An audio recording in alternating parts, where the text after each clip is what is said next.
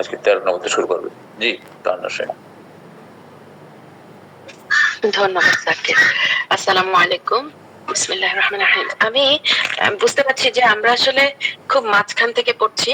আমি দুঃখিত, আমাকে এটাই দেয়া ছিল কাজ হিসেবে। আমি চেষ্টা করবো ইনশাল্লাহ আমরা মাঝে মাঝে গিয়ে ব্যাক থেকে একটু পড়ে আসা। যেমন প্রতিদিন হেলথ, লেভেল অফ হেলথ, অনেকে আমরা এটাও জানি না আসলে লেভেল অফ হেলথ কি বা কেন আমরা বলছি। হ্যাঁ, তো অল্প অল্প করে লিখছি স্যার, আমি আসলে ভালোভাবে গুছিয়ে উঠতে পারি নাই। বেসিক্যালি আমরা কিভাবে বের করব বা কি কোশ্চেন করলে বুঝবো যে আসলে এই মানুষের লেভেল অফ হেলথে কোথায়। হ্যাঁ, তো এখানে পুরোটা এখনো গোছানো, তবু বলবো যে আমরা একটু আইডিয়া নিয়ে আসি। যেমন যে আমরা সাধারণ ভাবে এখানে আমরা কি জানি যে মহাবিশ্বে আমরা যদি একটা পরমাণুর মডেল, যেটা অ্যাটমিকটা মডেলকে যদি ধরি আমাদের বেস, বা আমি এই একইভাবে যদি দেখি যে কি হয় অ্যাটমের মূল মধ্যস্থান যেটা কেন্দ্র, সেটা চারিদিকে ইলেকট্রন গুলো ঘোরে। তারপর কি হয় যখন এনার্জির আদান প্রদান হয় কোন একটা কেমিক্যাল রিয়াকশনে সেই সে যায়, তখন সে কি করে, সে হয় শক্তি শোষণ করে জাম্প করে নেক্সট স্তরে, অথবা শক্তি বিকিরণ করে মানে ভেতরের দিকের অংশে ফেরত আসে, স্টেবল কোন একটা কন্ডিশন ফর্ম করে। আমরা এটা যদি খুব জটিল লাগে, আমরা সূর্যকে দেখতে পারি। সূর্য আমাদের কেন্দ্র আমাদের সোলার সিস্টেমের, এবং আমরা সূর্যের চারিদিকে গ্রহ নক্ষত্র তো দেখি, তাই না? এটা তো আমরা সবাই বুঝি। তো এই যে গ্রহ নক্ষত্রগুলো কেউ পড়ে যাচ্ছে না, কিন্তু তারা নির্দিষ্ট কক্ষপথে ঘুরছে, ঘূর্ণায়মান, তাই না? অদৃশ্য কোনো এক শক্তি আমরা বলি। যারা সৃষ্টিকর্তা বিশ্বাস করতে চান না তারাও বলেন এখন যে না, কসমিক এনার্জি বলে কিছু আছে। এই কসমিক এনার্জি কি করছে, ওই সমস্ত গ্রহ নক্ষত্রকে একটা নির্দিষ্ট প্যাটার্নে সূর্যের চারিদিকে ঘুরতে সাহায্য করছে। তাহলে আমরা যদি এটাকে এভাবেও ধরি, তাহলে আমি কিন্তু সবাই আমরা কিন্তু এই যে কসমিক এনার্জি সেটার অংশ। আমরা যেহেতু এই কথাটা বলার কারণ হলো, আমরা কিন্তু হোমিওপ্যাথি নিয়ে কথা বলতে গেলে যেখানেই আমরা বেঁধে যাই ভীষণ গর্বভরে বলে দেই, তুমি কি জানো আমাদের এটা তো energy medicine, homeopathy is an energy medicine. কিন্তু আমি যদি কাউকে একটু জিজ্ঞেস করি র্যান্ডমলি যে can you please explain energy medicine, কেন বলছেন, কিভাবে আপনার এই এনার্জি মেডিসিন কাজ করছে, কনফিউজড হয়ে যাচ্ছি নিজেই, তাই না? আমরা কিন্তু আর বলতে পারছি না। তাহলে আমাদের নিজেদের বেসিকই যেখানে ক্লিয়ার না, আমরা কেন মানুষের দোষ ধরি? আমি তো দেখি যে অন্য প্যাথের লোকেদের দোষ না, দোষটা আমার নিজের, যে আমি পড়াশোনাই করিনি, আমি এমন একটা ভীষণ দামি বিষয় হ্যান্ডেল করছি, তাতে আমি অনেক গৌরবে, মানে কি বলবো, খুবই গৌরবান্বিত, কিন্তু actually I don't know what I am doing. তো আমি ওইটাতে যাব না, আমরা ওইটার উপরে অনেক ফিলোসফিক্যাল ক্লাস আসলে আমরা অনেক আগেই করছি, কিন্তু ইনশাআল্লাহ টাইম পেলে এক সময় হয়তো আবার পড়বো। এখানে যেটা বলবো যে আমরা এটুকু বিশ্বাস করি এখনো যে আমাদের ভাইটাল ফোর্স বলে কিছু তো আছে। এই যে ভাইটাল ফোর্স জিনিসটা কি বা কিভাবে আসছে, এই যে আমি বললাম কসমিক এনার্জি, লাইক মহাবিশ্বের সমস্ত কিছুর ভিতর দিয়ে একটা নির্দিষ্ট শক্তি যাচ্ছে। এখন আমি যদি চিন্তা করি যে ওষুধ, মানে আমি যদি হয় চিন্তা করতে চাই যে সবকিছুতেই একটা মাধ্যম থাকতে হবে, যেটা আমি চোখে দেখতে হবে, নির্দিষ্ট যে কোনো অর্গানিজম আপনাকে যখন আক্রান্ত করছে, আপনি অসুস্থ হয়ে যাচ্ছেন, আপনাকে ভালো করতে হলে ওই অর্গানিজমকেই আমার আক্রমণ করতে হবে। হ্যাঁ, কিন্তু আক্রমণের জন্য কি শুধুই ফিজিক্যাল মেডিসিন, যে অমুক গাছের রস তমুক গাছের থেকে তৈরি হওয়া, বা ওই কিছু বিষাক্ত কিছু জিনিস আছে, যেমন ধরেন যে কিছু বিষাক্ত, যেমন আমরা মার্কারির কথা জানি, আর্সেনিকের কথা জানি, আমরা এটা জানি যে সিফিলিসের কথা যদি আমরা এখন বলতে চাই, যে অতীতকালে আমাদের ডক্টর হ্যানমান স্যারের লেখাগুলোতে আমরা অনেক পাই না, যে কি হতো তখন, বাংলায় উপদংশ বলা হয় বাংলা বইগুলোতে, যেটাকে আমরা উপদংশ হিসেবে লেখা থাকে দেখি।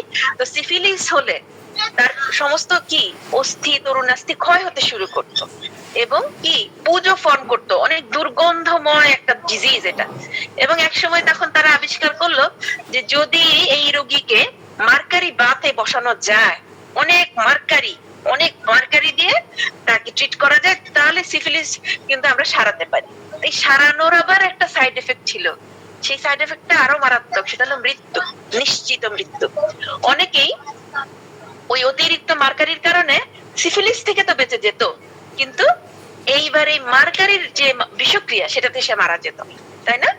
এবং আমরা এটাও জানি টক্সিকোলজি থেকে যে কিছু কিছু বিষাক্ত জিনিস, কিছু কিছু বিষাক্ততা, যেমন মার্কারিয়াল পয়জনিং, এটা কিন্তু বংশানুক্রমিক, এটা কিন্তু বংশে একবার ঢুকলে এটা কিন্তু আপনার পরবর্তী জেনারেশনেও যেতে সক্ষম।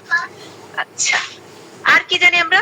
আমরা আরেকটু ছোট ছোট কিছু জিনিস জানি, যেমন মায়াজম নিয়ে কথা বলতে গেলে অনেকে এত জানেন, এত গভীর জ্ঞান যে আই ফিল ওভারওয়েলমড, লাইক এত কি করে শেখা সম্ভব? এই মায়াজম এটা, তাই আমি এই ওষুধ দিলাম, এই যে আপনি আমার সামনে এই রোগীটাকে দেখছেন, তাই তার অ্যান্টি মায়াজমেটিক প্রেসক্রাইবিং এখানে, তাই প্রথমেই তার মায়াজমকে আমি রোধ করলাম। এই ধরনের অনেক কথা আমরা শুনি, এবং আমরা অনেকেই খুব যেমন আমি নিজেই খুব মানে আগ্রহী বোধ করি যে হারে আমি যদি জানতাম এই মায়াজম ব্যাপারটা এত আগ্রহের একটা ব্যাপার, এত আকর্ষণীয় একটা মারাত্মক একটা জ্ঞান, আমি যদি শুধু এই মায়াজমের জ্ঞানটা রপ্ত করতে পারি তাহলেই তো আমি সব রোগী ভালো করে ফেলবো। অনেকে এভাবেই প্রেজেন্ট করেন হোমিওপ্যাথিকে।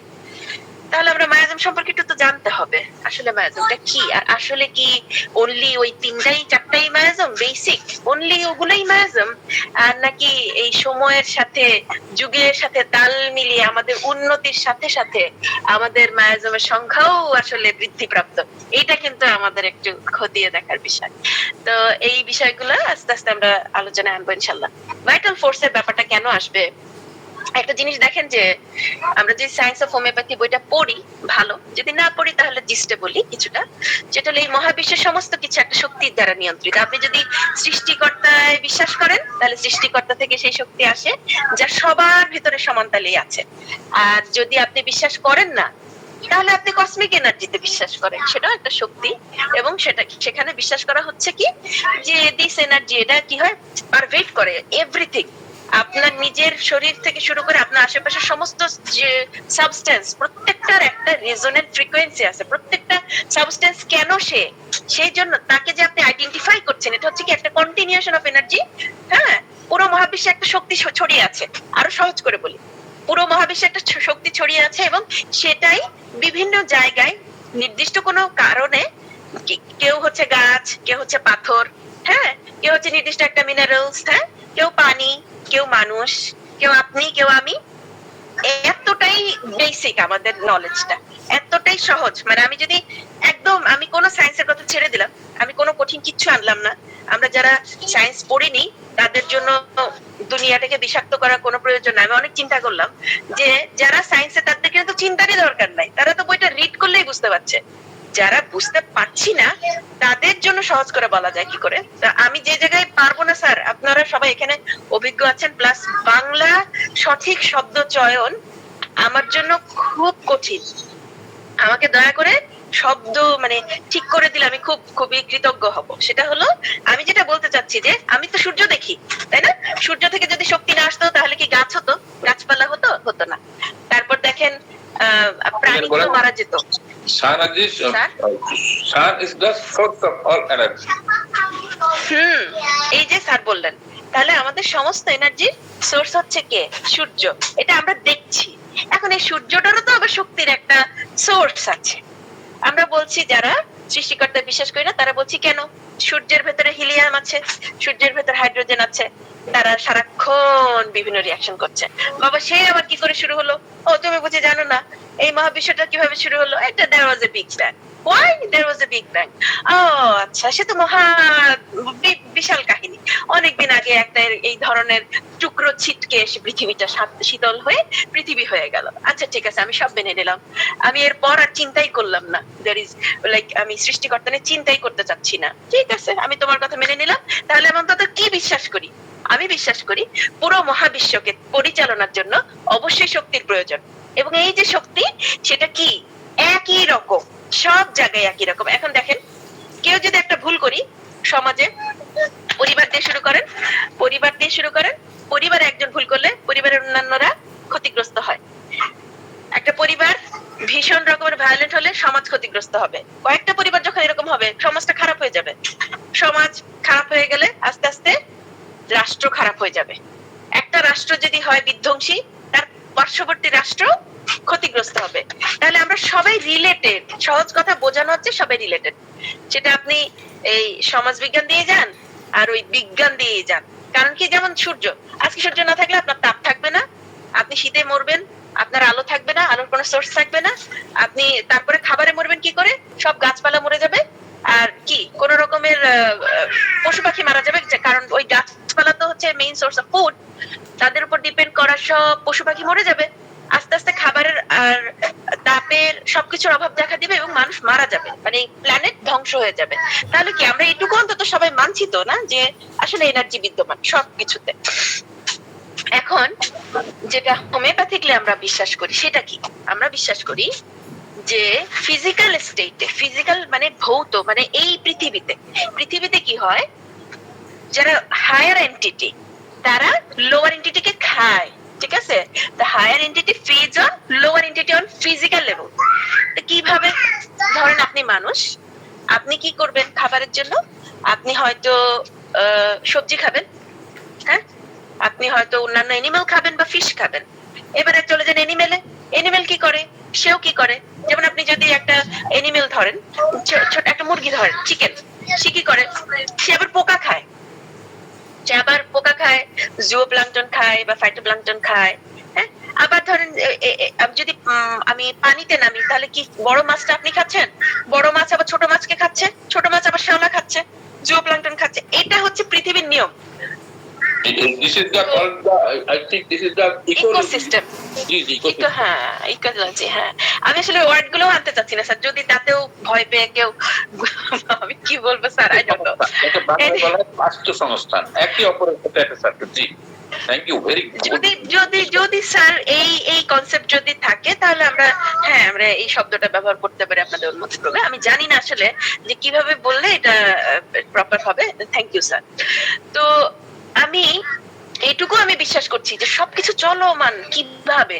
দেখেন, একটা শিশু যখন প্রথম মাতৃগর্ভে সে সেই ভ্রূণটা প্রতিস্থাপিত হচ্ছে, সে যখন তৈরি হচ্ছে, একদম সেই শুরু থেকে বলা হচ্ছে somehow there is an energy entering that substance, like তার প্রথম থেকে জীবনের সূচনা, প্রথমে কিন্তু হার্টবিট থাকছে না, 6 সপ্তাহ পর্যন্ত কোনো হার্টবিট নাই, 7 সপ্তাহ, 8ম সপ্তাহে কেন আপনাকে আল্ট্রাসাউন্ড করতে বলা হয়, 8ম সপ্তাহে কেন আল্ট্রাসাউন্ড করতে বলা হচ্ছে, বিকজ হার্টবিটটা আসে বাই দেন। হ্যাঁ, আমরা ধরে নিই যে হ্যাঁ, এটা আসলে একটা মানব শিশুতে পরিণত হচ্ছে, কারণ তার হার্টবিট চলে আসছে।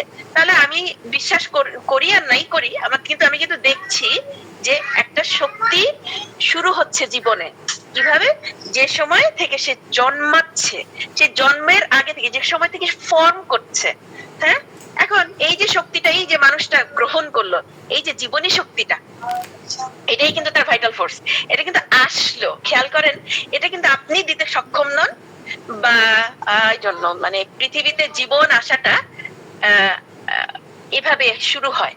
আপনি গডে বিশ্বাস করেন আর না করেন, যে এটা আমরা বিশ্বাস করি, তাই না? এখন এই যে জীবনটা শুরু হলো, এটাই তার ভাইটাল ফোর্স, এবং এটা নিয়ে সে কি জন্মাবে, হ্যাঁ।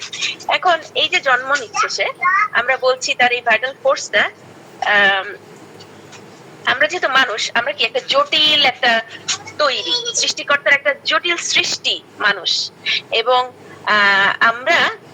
আমরা কি শুধুই ফিজিক্যাল বডি, আমাদের কি মাইন্ড নাই, আমাদের মন আছে, তাই না? আমাদের ইমোশন আছে, আমাদের মন আছে। আমরা মন আর ইমোশনকে, মেন্টাল আর ইমোশনালকে আলাদা বলি, কেন বলি? এটারও একটা কারণ আছে। এই মেন্টাল পার্টটা হচ্ছে ইনবিল্ট, হ্যাঁ, ইনবিল্ট। কিরকম, ধরেন একটা স্টুডেন্ট, সে অঙ্কে খুব ভালো, সে খুব ভালোভাবে অঙ্ক দিলে বা আপনি তাকে তথ্য দিলে সুন্দরভাবে সে সেটা অ্যানালাইজ করতে সক্ষম, তার ব্রেন সক্ষম অ্যানালাইজ করতে। কি করতে, সে আপনার দেওয়া নাম্বারগুলোকে অ্যানালাইজ করতে পারছে, কাউন্ট করতে পারছে, সে গুনতে পারে, সে প্ল্যান করতে পারে, পরিকল্পনা করতে পারে, সে স্মৃতিশক্তি ধারণ করছে, আপনি তাকে যা দিচ্ছেন সে মনে রাখছে, হ্যাঁ। তারপরে আবার কোনটা সে দীর্ঘদিন ধরে মনে রাখছে, কোনটা সে অল্প সময় পর ভুলে যাচ্ছে।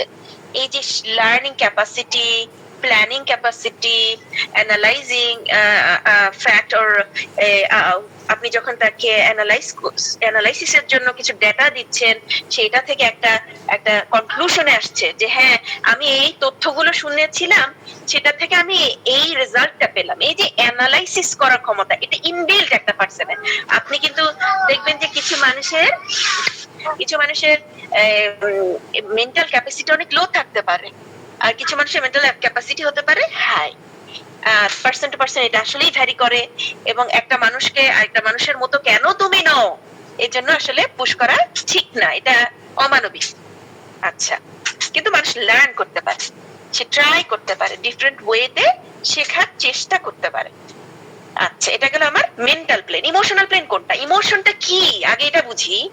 ইমোশনে মনে রাখবেন জোড়ায় জোড়ায় আসে।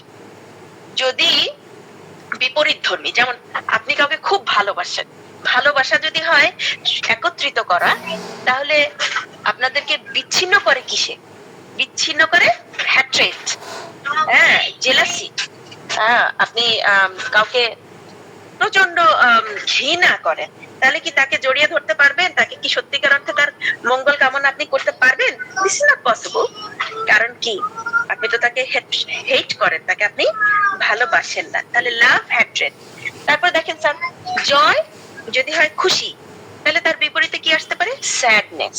হ্যাঁ, বলে না যে একটা জয়াস মোমেন্ট মুহূর্তেই খুব স্যাড একটা ইভেন্টে পরিণত হলো, কারণ বিয়ের আসরে বর আসার পথে, যাত্রাপথে কি মারা গেল। এরকম অনেক ঘটনা ঘটে না? তো তখন কি হয়, মানুষ কি বলে, এই দেখেন জয়াস আর স্যাডনেস, এটা কি একটা বিপরীত ইমোশন। ইমোশনকে আইডেন্টিফাই করতে গেলে, ইমোশনকে বুঝতে গেলে আমি কি করব? জানবো যে ইমোশনটা রিসিপ্রোকাল। সো আমি আপনাকে যদি খুব করে বকি, খুব ভীষণ ভাবে বাজে কথা বলি, তার পরিবর্তে কি আপনার কাছ থেকে আমি ভালো কিছু আশা করতে পারবো না? আপনি করবেন, রিয়াকশনটা কি হবে? সো ইমোশন হচ্ছে আপনি যেটা রিসিভ করবেন সেই অনুসারে আপনার একটা রিয়াকশন থাকবে। এটা ইমোশনাল, এটা আমাদের ইমোশনাল পার্ট। এখন আমি যদি বলি যে একটা মানুষের ভেতর কামনেস আছে, এখন আপনি বললেন যে তাহলে বিপরীতে কি হবে? আমি কি করে বুঝবো যে তার ইমোশনাল পার্টে ডিস্টারবেন্স দেখা দিল? যখন কামনেস না থাকবে কি থাকবে? অ্যাংজাইটি থাকবে। কামনেস এর অপোজিট কি? অ্যাংজাইটি। তারপর ধরেন আমি বললাম যে ছেলেটা তো ভীষণ ফোবিক দেখছি, এ তো অনেক ভয় পাচ্ছে সবকিছুতে। তো আপনি যখন বললেন যে আমি ট্রিটমেন্ট করলাম, বাবা তুমি মাসখানেক পর বা মাস দুয়েক পর আসবে, আমি তোমার অ্যাসেসমেন্ট করবো। এখন আমাকে বুঝতে হবে তাহলে যদি ফোবিক ডিসঅর্ডারের ট্রিটমেন্ট করি, এটা চলে যায় তার ইমোশনাল স্টেট থেকে, তাহলে আমি কি দেখবো? কিছুটা হলো কারেজ দেখবো। হ্যাঁ আঙ্কেল, আগে তো আমি লাইট অফ করতে ওই রুমে একা যেতে পারতাম না, এখন আমি লাইট একা অফ করতে পারি, আমি লাইট অফ করে ঘুমাতে পারি। হ্যাঁ, তারপর আমার একটু ভয় ভয় লাগে, কিন্তু এটা একটা বিশাল চেঞ্জ, তাই না? কারণ ইমোশনাল স্টেটে এই গেল ইমোশন গেল। তারপর কি নেক্সট লেভেল? সেটা হচ্ছে আউটার সাইড। এই যে আমরা ঘুরে বেড়াই, এটা হচ্ছে বাড়ি, এটা হচ্ছে খোলসটা। আপনি যে মানুষ, সেই মানুষের মেইন হচ্ছে আপনার মনটা, তারপর ইমোশন, তারপর আপনার শরীরটা। এই শরীরটা হলো কি ফিজিক্যাল লেভেল। তো ফিজিক্যাল লেভেলে যখন আসি, তখন আমরা কি দেখি? একটা মানুষ দেখি কি, এই যে স্কিন আছে, মাসল আছে, হার্ট, ভিতরে ইন্টারনাল অর্গান, তাই না? এই যে সমস্ত সারা শরীরটা স্কেলিটনের উপর দাঁড় করানো, তার ভেতরে সব ইন্টারনাল অর্গান গুলো, এগুলোর বিভিন্ন ডিজিজ নিয়ে আসে তখন। এখন আমরা হোমিওপ্যাথিতে বলি যে এই যে এনার্জি যেটা সারা দুনিয়াটাকে চালাচ্ছে, সেই এনার্জিটা মানুষের ভেতরে সেম ভাবে আছে। এখানকার সূর্যটা হচ্ছে আপনার মনটা, ঠিক আছে, মানে কেন্দ্রটা।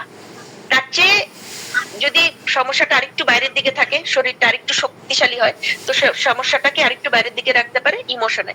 আর শরীরটা খুবই শক্তিশালী হয়, হয়তো তার শরীর প্রায় ভেঙেই চলছে, এদিক ওদিক সেদিক, একদম আর্থ্রাইটিক প্রবলেমের রোগী আপনার, কিন্তু ওনার মেন্টাল ইমোশনাল একদম ক্লিয়ার।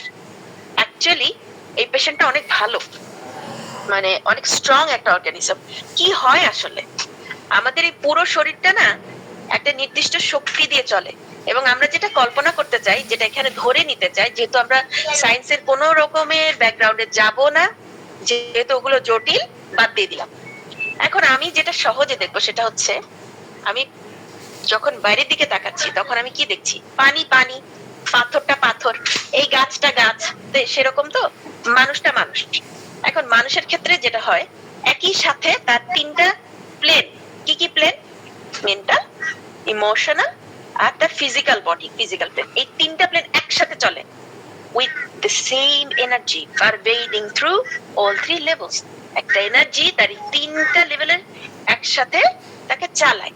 এই যে চালনাকারী শক্তিটা কোথা থেকে এলো?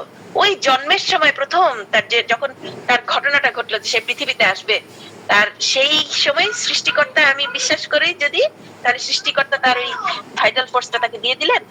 আর যদি আপনি সেটাই বিশ্বাস নাও করতে চান, ওকে just a minute sir, please allow me 1 minute, আমার পোস্ট এসছে, আপনারা কি স্যার আলোচনা করবেন?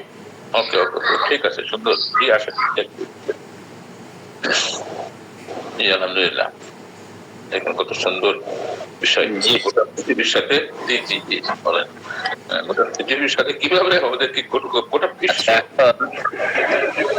চমৎকার চমৎকার স্যার, অসাধারণ।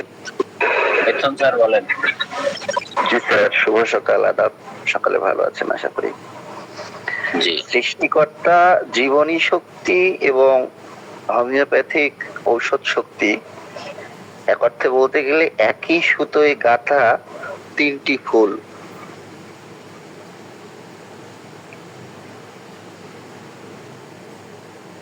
আচ্ছা, এতটুকু। এখন আমি যদি বলি যে একজন ব্যক্তির ভাইটাল ফোর্স, যাকে আমরা এনার্জি বলা হয়েছে পরে আধুনিক ভাষায়, আর রূহ আলাদা জিনিস, যেটা আল্লাহর হুকুম, যা দ্বারা পরিচালিত হয় ভাইটাল ফোর্স বা এনার্জি। এটাকে যদি আমরা 100 দিয়ে কল্পনা করি, যে একজন ফুল ফ্রেশ পার্সনের তার ভাইটাল ফোর্স 100। রোগীটা আপনার সামনে বসে আছে, 1 ঘন্টা ধরে রোগীলিপি করলেন, করার পরে আপনি সিলেকশন করলেন নাক্স 02 অথবা নাক্স ভূমিকা 200। তার ভাইটাল ফোর্সের সাথে অথবা এনার্জির সাথে, ম্যাডাম আসলে আপনি বলবেন এনার্জির সাথে এটা কিভাবে ম্যাচ করবেন। why 200 and why 02? এই 100কে ইউনিট আকারে মাপার কি কোনো যন্ত্র আছে? সোফার আই নো নেই, আমি যতটুকু জানি নেই। বা তার ফোর্সের সাথে আমার মেডিসিনটা, আজকে যে অবজারভেশন সাথে এটা খুব ইম্পর্টেন্ট। কিন্তু 13 আমি দেখতেছিলাম, 13 বলে কথা না, প্রত্যেকটা অবজারভেশনের সাথে এটা খুব ইম্পর্টেন্ট। তাহলে তাকে 1M কেন দিলাম না বা দিব না, বা 02 জায়গায় 06 কেন দিব না? এটা তো একটা question. I think it is big question, $1 million question. কত দিব তারে? রোগীলিপি করার পরে আমি কনফার্ম হলাম he or she will carry নাক্স। তো নাক্স কত দিব তারে? এটা মেন কোশ্চেন। কত দিবেন তারে, এটা মাপার কোনো মাপকাঠি নেই আমার জানা মতে।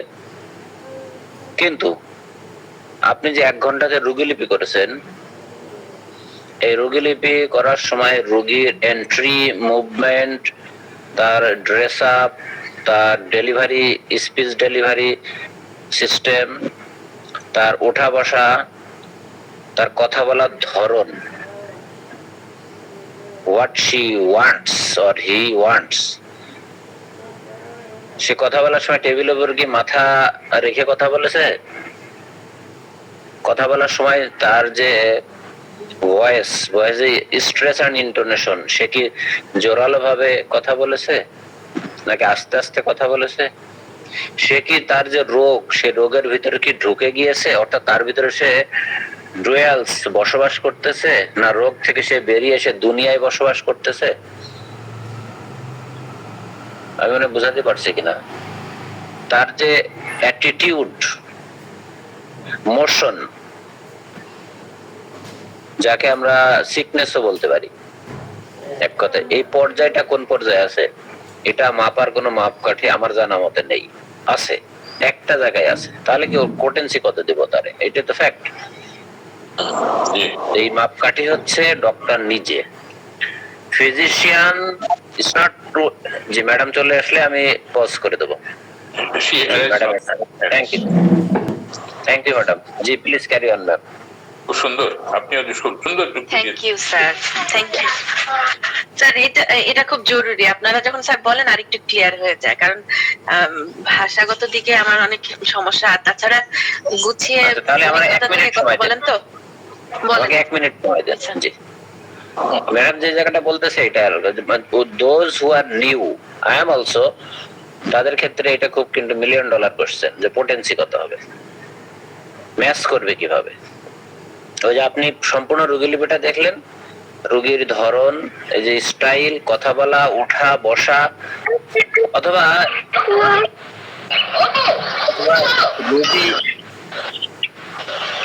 রোগী আপনার সামনে বসে থেকে যতক্ষণ আপনার সে তথ্য দিচ্ছে, এই তথ্য দেওয়ার প্রতি তার আগ্রহ, ইন ডিটেল তার মোশন মুভমেন্ট সবকিছু দেখে আপনি বুঝতে পারবেন এই রোগীটার, আমি ভাইটাল ফোর্স বা এনার্জি যদি 100 ধরি, এই রোগীটার পার্সেন্টেজ করতে হবে আপনার, কত পার্সেন্টে সে আছে, তার এনার্জি লেভেলে কোন পর্যায়ে আছে।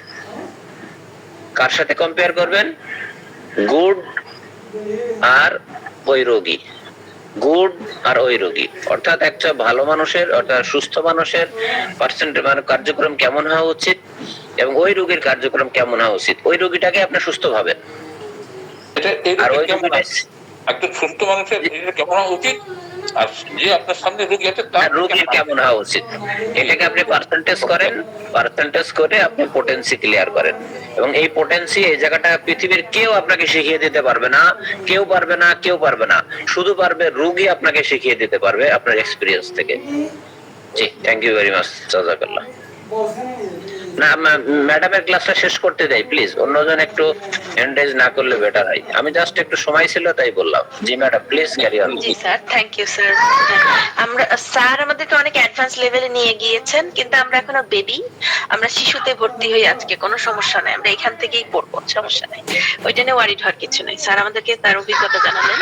আচ্ছা, ভাইটাল ফোর্স, এখন ভাইটাল ফোর্সে আসি। The vital force level of the human organism, মানে মানুষের, হিউম্যান তো একটা অর্গানিজম তাই তো, তার যে অংশটাকে ভাইটাল ফোর্স বলছি, ইজ কনসিডার্ড, আমরা এটাকে কি ভাবি, দ্য ডাইনামিক প্লেন। এটা একটা চলমান ব্যাপার, এটা স্ট্যাটিক না, ডাইনামিক।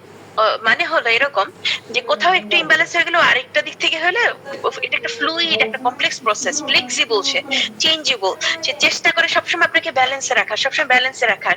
এটা কি একটা এনার্জেটিক প্রসেস, এটা একটা শক্তিমত্তা, এটা একটা শক্তি। যদি বলা হয় যে আমি যদি মানুষকে ওইভাবে কল্পনা করে নেই বা ধরে নেই, যে আমি মানুষটাকে দেখে বুঝবো না, কিন্তু আমাদের ভেতরে যদি ভাইটাল ফোর্স না থাকতো, তাহলে যে কোনো কিছু আমার জীবনের ঘটলো, সেটা আমার এই মেন্টাল বলে এসছি, ইমোশনাল বলে এসছি, ফিজিক্যাল বলে এসছি, যে কোনো কিছু ঘটলেই কি হতো, যদি ভিতর থেকে কোনো ফোর্স না থাকতো, এটাকে ব্যালেন্স করে আমরা মারা যেতাম। হ্যাঁ, এটাই বলা হচ্ছে simultaneously responding to and affecting the surrounding environment। তো বলা হচ্ছে এটা একত্রিত ভাবে একই সাথে সর্বদা আমাদের চারিদিক থেকে যে স্টিমুলাস, মানে চারিদিক থেকে আমরা যা গ্রহণ করছি, যা ঘটছে আমার সাথে, এবং আমি নিজে যা ঘটাচ্ছি আমার চারিদিকে, সমস্ত কিছু একটা ব্যালেন্স রাখার জন্য এই ভাইটাল ফোর্স জিনিসটা ইউজ হয়। এটা আমাদের ভেতরে, প্রত্যেকটা মানুষের ভেতরে কি একটা চলমান শক্তি প্রসেস। হ্যাঁ, এটা এইটুকুই মনে রাখলাম। when we are exposed to a stimulus, আচ্ছা স্টিমুলাস কি, মরবিডিফিক অথবা বেনিফিশিয়াল। আচ্ছা, এই স্টিমুলাস কি, এটা একটু বলে আসি। সেটা হচ্ছে, স্টিমুলাস সম্পর্কে আমার এখানে লেখা উচিত ছিল।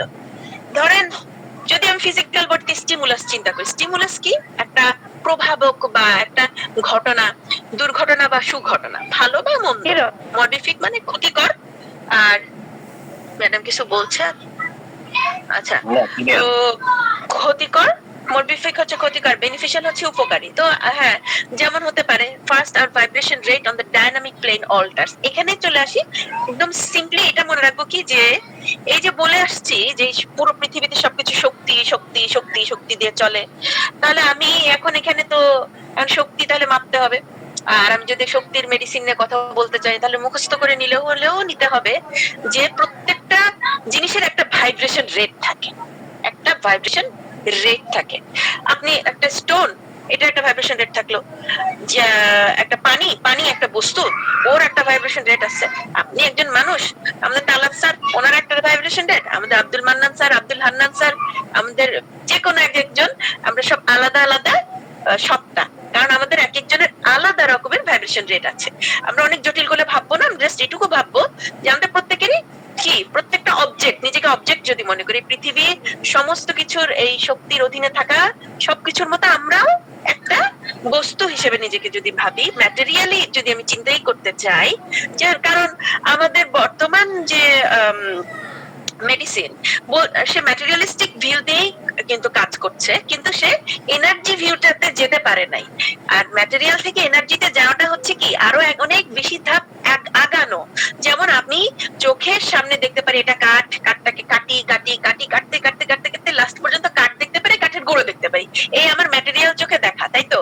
কিন্তু আমি এটাকেও ভেঙে ভেঙে শক্তি স্তরে চলে যাই কখন, যখন অনেক বড় ফিজিসিস্ট, না অনেক বড় একজন বিজ্ঞানী, উনি দেখতে পারেন যে ও আচ্ছা কাঠের এই অ্যাটমকে ভাঙলে এইভাবে অ্যাটমের ভেতরে এইভাবে এইভাবে এর ভেতরের পরমাণুগুলো সংযুক্ত থেকে কাঠ তৈরি হয়, তাকেও যদি ভাঙি তাহলে এই ধরনের এনার্জি এটা থেকে বের করা সম্ভব। আচ্ছা, তাহলে আবার চলে আসি, তো আমরা চলে গেছি সেই জায়গাতে যখন এনার্জি মেডিসিনের কথা বলবো তখন, ও সরি, যখন এরকম চিন্তা করব তখন আমরা কি আর ওই ম্যাটেরিয়াল বডিতে নিজেকে চিন্তা করছি না, যেখানে আমরা আমাদের সার্জনরা অনলি শরীরটাকে কেটে কুটে এদিক থেকে ওদিক জোড়া লাগিয়ে টিউমারটাকে সরিয়ে মোটামুটি আমরাকে সেলাই করে জুড়ে দিবে, ঠিক আছে চলো এবারে আরো কিছু বছর বেঁচে থাকো। কিন্তু আমরা চেষ্টা করব যে শরীরটা যে টিউমারটা তৈরি করলো সেই তৈরির কারণটা কি ছিল সেইখানে যাওয়া। এইখানে গিয়ে দেখলাম একটা স্টিমুলাস ছিল, খুব স্ট্রং একটা স্টিমুলাস। আচ্ছা, স্টিমুলাস বলতে আমি কি বুঝাচ্ছি, ম্যাটেরিয়াল বডিতে, আমার ফিজিক্যাল বডিতে, আমার শরীরে এখন মনে করেন তাপমাত্রা অনেক বেশি, আজকে সূর্য এমন তাপদাহ শুরু করলো, আজকে মনে করেন 38 ডিগ্রি সেলসিয়াস, আপনার শরীর ঘাম হতে শুরু করবে, আপনি বলুন ফ্যান ছাড়ো, আমাকে কুল করো, আমাকে কুল করো, আমার জন্য এটা কঠিন। তারপর দেখুন 40 ডিগ্রি সেলসিয়াস, ও ভাই আমাকে ঠান্ডা পানি দাও, আমি গোসল করবো আর আমি ঠান্ডা পানি খাবো, আমার শরীর কুল করো কুল করো। কেন? আপনার বডি বুঝতে পারছে যে আপনি একটা ক্রাইসিসে গেছেন, আপনাকে বাঁচতে হবে, আদারওয়াইজ কি হবে, আপনি যদি এইটাকে তাড়াতাড়ি ট্রিট করতে না পারেন একটা দুর্ঘটনা ঘটে যাবে, আপনি একটা হিট স্ট্রোকে চলে গেলেন, এই যে অ্যাক্সিডেন্ট হয়ে গেল একটা। কি হলো তার আগে আপনার শরীর কতগুলো সিমটম দেখালো, যে ও আচ্ছা হ্যাঁ বেচারা তো আসলে পোস্টের কাজ করে, সে রোদে ঘুরে ঘুরে বাসায় বাসায় পোস্ট দিচ্ছিল, অনেক তাপমাত্রা বেড়ে গেল শরীরের, তারপর তার অনেক পিপাসাও ছিল, সূর্যটা আর সহ্য হচ্ছিল না, মাথা একদম প্রচন্ড ব্যথা ছিল, এবং সেই মাথা ব্যথা থেকে সে হিট স্ট্রোকে গেল। স্যার আপনি কিছু বলবেন? আচ্ছা, তো আমি কি দেখলাম যে সেই সময় যদি তাকে হয়, সে গ্লনোইনাম ছিল, হিট স্ট্রোকে চলে গেল, কিন্তু আমরা যদি ওই সময় গ্লনোইনাম দিতে পারতাম কি হতো, ফিক্স হয়ে যেত মানুষটা, ফিজিক্যাল বডি ফিক্স হতো। কিন্তু আপনি কিন্তু ফিজিক্যাল কোনো মেডিসিন দেন নাই, আপনি দিয়েছিলেন একটা শক্তিকৃত মেডিসিন। মেডিসিনের শক্তিতে আমরা পরে আসবো। আচ্ছা, এখানে আসি, তাহলে মরবিফিক আর বেনিফিশিয়াল, তাহলে মরবিফিক একটা এজেন্ট হতে পারে তাপমাত্রা, মরবিফিক মানে ক্ষতিকারক কোন স্টিমুলি, মানে যেটা আপনাকে প্রভাবিত করতে সক্ষম। তারপরে এমন হতে পারে মরবিফিক, মেয়েটা যখন ইউনিভার্সিটি ফার্স্ট ইয়ারে থাকে, তার একটা ছেলের সাথে পরিচয় হয় এবং সে তার ধর্মীয় অনুশাসন বা সামাজিক অনুশাসন সবকিছুকে উপেক্ষা করে অনেক আগায়, অনেক অগ্রসর হয়, এবং দেখা যাচ্ছে থার্ড ইয়ারে যখন পড়ে তখন ছেলেটা চলে যায় তাকে রেখে, বাস মেয়ে তো চলে গেল অরাম্মেটে।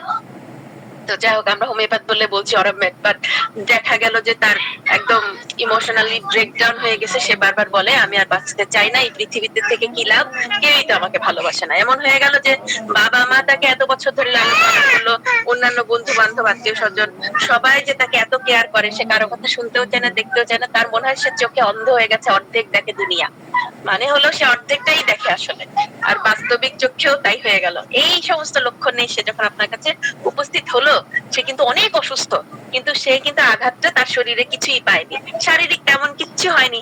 আর তাকে যখন নিয়ে গেল অ্যালোপ্যাথিক মেডিসিনে, তার ওই মানে ব্লাড থেকে শুরু করে কোর্স থেকে শুরু করে সব নিয়ে নিয়ে চেক করে ডাক্তার বললো আরে কিছু না, খাওয়া দাওয়া করেন, ঘুমিয়ে থাকেন, কিছু ঘুমের ওষুধ দিলাম, আপনি ঠিক হয়ে যাবেন।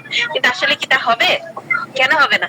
আর মরফিক যে ব্যাপারটা, স্টিমুলাসটা, এখানে একটা জিনিস খুব ইম্পর্টেন্ট, সেটা হচ্ছে স্টিমুলাসটা কতটুকু শক্তিশালী। এটা হতে পারে খুব শক্তিশালী একটা স্টিমুলাস, যেমন আমি এই মেয়েটার কথা বললাম, হতে পারে একটা খুব হাই টেম্পারেচার, হতে পারে খুব লো টেম্পারেচার, যেমন আমি টেম্পারেচার কথা ফিজিক্যাল বডিতে বললাম। তারপর এমন হতে পারে, ও হ্যাঁ স্যার বলবেন। জি জি জি ম্যাডাম, আপনি ম্যাডাম যে দুইটা উদাহরণ দিল, আমি যেভাবে বোঝার চেষ্টা করেছি, এটা প্রথম যেটা আপনি বললেন যে তা প্রচুর হিট স্ট্রোকে একটা সম্ভাবনা আছে, he or she needs water, মানে ওয়াটার ঠিক না, কোল্ড, কুল। এখন মনে করেন প্রচুর হিট, গরম বা ইত্যাদি ইত্যাদি, কিন্তু সে ফ্রিজ থেকে পানি বের করে সে খেয়ে নিল, অর্থাৎ খাওয়ার পরে আপনার কাছে এসেছে, তার জ্বর হয়েছে তাই, এবং জ্বরটা বেশ বেশি। তাহলে আপনি কজেশন কিন্তু জেনেই নিলেন সে ফ্রিজ থেকে ঠান্ডা পানি খাওয়ার কারণে এই তার জ্বরটা হয়েছে। এখন তার কি খেলে জ্বরটা হতো না, মানে সাইন, আমরা যদি ইয়ের ভাষায় বলি, মেডিকেলের ভাষায় বলি, সে যদি ওই পানিটা একেবারে ঠান্ডাটা না খেয়ে রুম টেম্পারেচারে খেত বা বডি টেম্পারেচারে খেত বা এনভায়রনমেন্টাল যে টেম্পারেচার, ওই টেম্পারেচারে খেত, এবং সেই পানিটা যদি আস্তে আস্তে খেত, গ্রহণ করত, তাহলে হয়তো এটার সম্ভাবনা ছিল না, to be or not to be. তাহলে এই জায়গাটায় তার যেই ধরনের পানি বা ঠান্ডা বা কুল নেওয়ার প্রয়োজন ছিল, সে তার থেকে বেশি নিয়ে ফেলছে, এজন্য তার ওই ইয়েটা এসছে। যেমন ম্যাডাম এটা বললো যে তার রোগ হওয়ার কারণে ওইটা যেমন একটা স্টিমুলাস, এইটা কিন্তু one kinds of stimulus. Match করতে হবে, ম্যাচ না করলে ওই জন্য আমরা বলি 200 এর জায়গায় 201 এম দিলে বা 30 দিলে কাজ করতে পারে না। এটা যেমন প্রথম একটা উদাহরণ। দ্বিতীয় উদাহরণ, ম্যাডাম যে ইমোশনাল যে মেয়েটার কথা বললো, যে মেয়েটার এই যে এই অবস্থায় চলে যাচ্ছে, আসলে মেয়েটা এজ কত? কোনদিন দেখবেন না একটা 37 বা 38 বা 40 বছরের একটা ছেলে বা মেয়ে প্রেম করে, প্রেমে ছেঁকা খেয়ে তারা হচ্ছে পাগল হয়েছে, হয় কারা 20, বিলো 20, অ্যারাউন্ড 20। তাহলে কিন্তু এজও একটা ফ্যাক্টর, তার গ্রহণ করার ক্ষমতা। আমি যেটা বলছি এটা কিন্তু অনেকটা পোটেন্সির সাথে ম্যাচ করার মতো একটা বিষয়, যদি আমি সামান্য হলেও বোঝাতে পারি। জি ম্যাডাম, সরি ডিস্টার্ব করলাম। না ঠিক আছে, ঠিক আছে, ঠিক আছে। না স্যার ডিস্টার্ব না।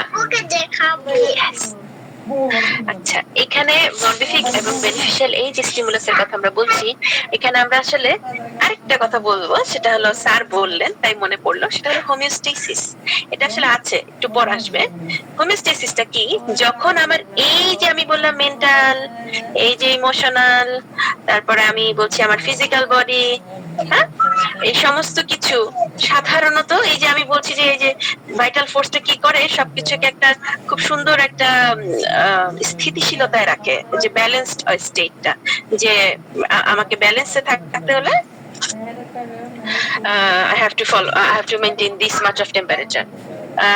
আবার আমি যখন বলছি না না না স্যার ইটস গুড, অ্যাকচুয়ালি আমি অনেক সময় গুছিয়ে বলতে পারছি না, স্যার গুছিয়ে দিচ্ছেন, ইটস ওকে। তো আমি বলছি যে হোমিওস্টেসিস, এটা মনে রাখবো আমরা। হোমিওস্টেসিসটা যখন নষ্ট হবে, আপনি ধরেন এই যে ব্যালেন্সে ছিলেন, যদি টেম্পারেচারটা না 38 এ 48 এ না, যে টেম্পারেচার যতক্ষণ 35, হ্যাঁ, তখনও ঘাম হচ্ছিল আপনার, তখনও আপনি রোদ্রে ছিলেন, কাজ করছিলেন, একটু পানি খাওয়ার চেষ্টা করছেন, কোনো মতে কাজটা চালিয়ে যাচ্ছেন, আমাকে তো বাঁচতে হবে, আমাকে আর্ন করতে হবে, আমার ফিজিক্যাল নিড কি, খাদ্য, বস্ত্র, বাসস্থান, আমার এগুলো মিট করতে হবে।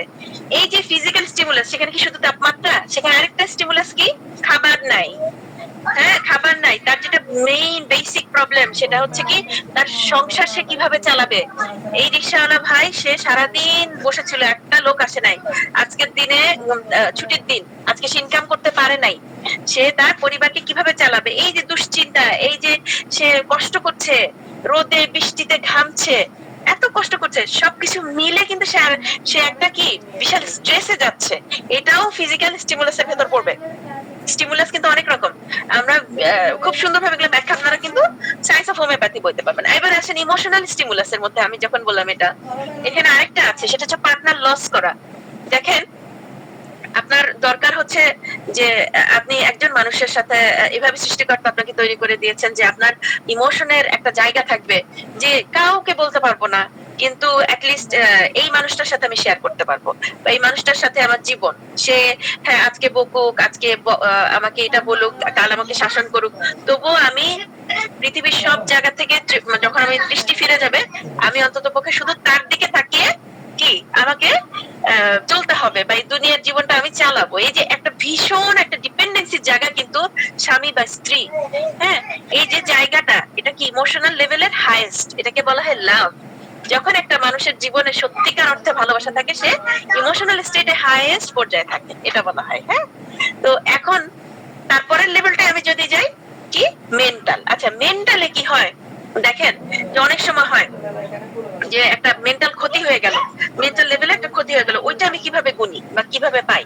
যেমন এই মানুষটা সুস্থ ছিল, সে হয়তো কোন একটা পিকনিকে যাচ্ছিল, তারপর একটা অ্যাক্সিডেন্ট হলো, তার গাড়িটা অ্যাক্সিডেন্ট করলো, খাদে পড়ে গেল, সে মাথায় এবং মেরুদণ্ডে জোরে, অনেক জোরে আঘাত পেল। তারপর থেকে যেটা হয়ে গেল, সে তার মানসিক ভারসাম্যহীনতায় সে ভুগতে শুরু করলো।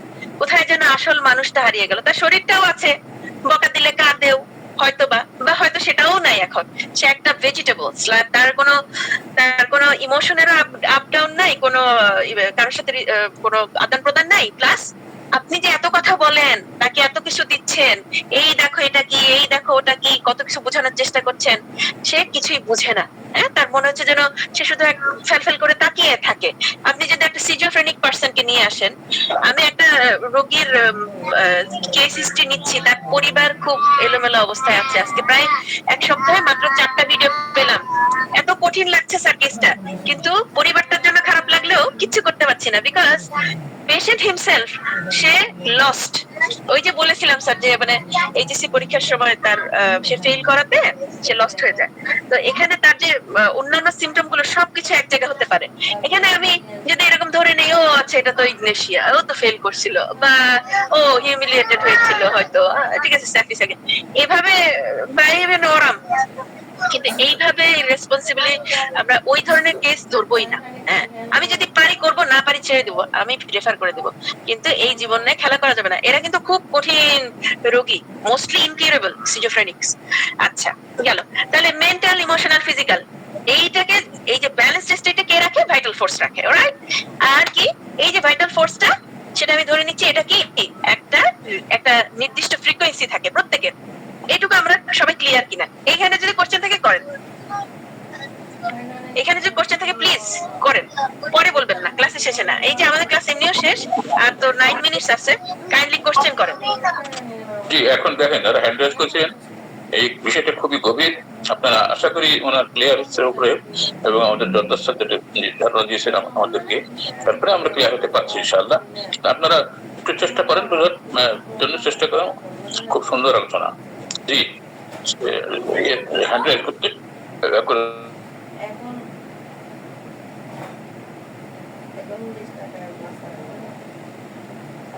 Please, G question please. আপু আসসালামু আলাইকুম।